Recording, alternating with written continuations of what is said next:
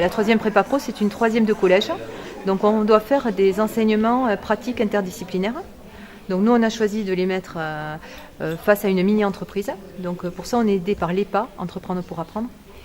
Et donc on leur a proposé donc, de créer une mini-entreprise. Ils ont donc fait un brainstorming sur laquelle l'idée de la boîte à quai a émergé.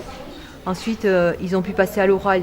Donc, en même temps, ils travaillent les compétences de français, se présenter pour postuler sur un poste, PDG, service de communication.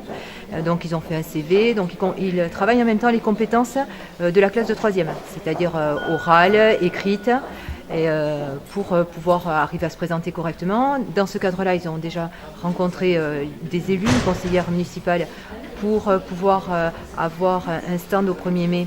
Et avoir la gratuité de ce stand, parce que pour créer cette boîte à quai, il a fallu qu'on demande des avances remboursables, donc des actionnaires, et on n'avait plus de budget. Donc pour essayer maintenant de rentrer dans nos frais et puis faire quelques bénéfices, on va tenir un stand le 1er mai à la foire et un au marché le 5 mai. Mais on a créé une mini-entreprise avec l'EPA, Entreprendre pour apprendre. Et après on a fait des entretiens d'embauche pour l'entreprise. Donc moi je suis dans le service commercial. Au début de l'année, on devait donner un projet de ce qu'on allait faire pendant l'année. Et donc on a proposé des idées et ce qui est sorti du lot, ça a été la boîte à clés.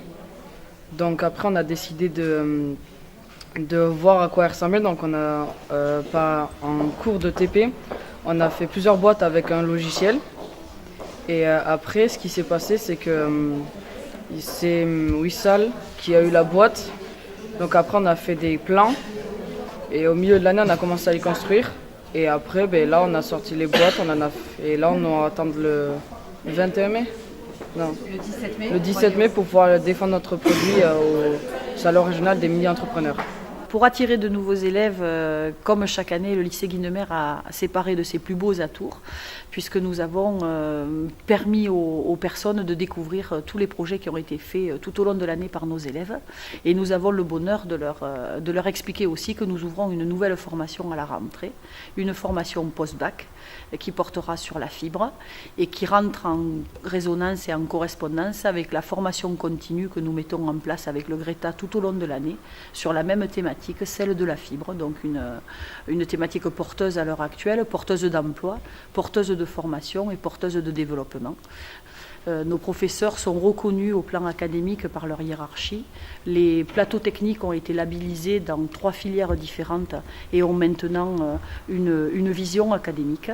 De la même manière, nos professeurs ont reçu des formations que nous avons payées sur fonds propres grâce au budget de l'établissement, qui leur permet de dispenser auprès des autres professeurs de l'académie des formations de qualité qui pourront être déployées.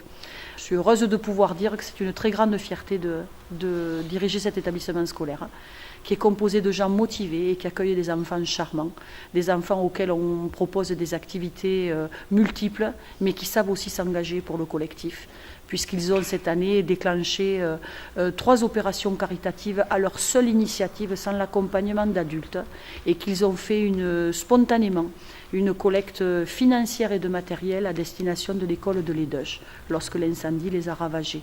Voilà, les enfants de Guinemer, c'est ça, les profs de Guinemer, c'est ça, c'est un établissement généreux et ouvert vers son environnement, et qui, du coup, peut montrer tout ce qu'il sait faire, les talents de la voie professionnelle.